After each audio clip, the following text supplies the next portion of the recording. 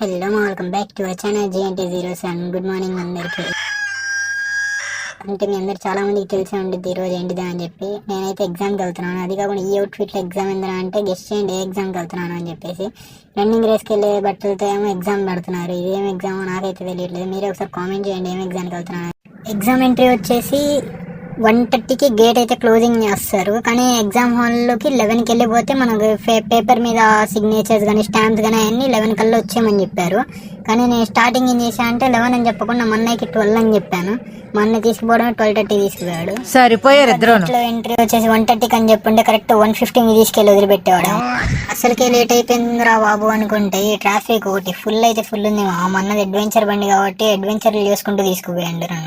దరిద్రం ఏంటంటే ఎగ్జామ్ హాల్కి వెళ్ళేటప్పటికి ఎగ్జామ్ టైం అయిపోయిందని వీడియో ఆఫ్ చేసేసా.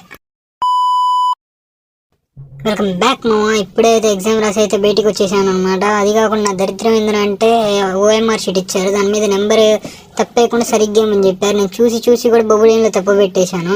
మేడం వచ్చేసి మాత్రం ఏం కాదు కానీ పైనుంచి చేసి మళ్ళీ కింద వేసేయమని చెప్పింది. మా డాడీ వస్తే మా డాడీ బండిలో కూర్చొని అయితే ఇంటికి వెళ్ళిపోతున్నాను.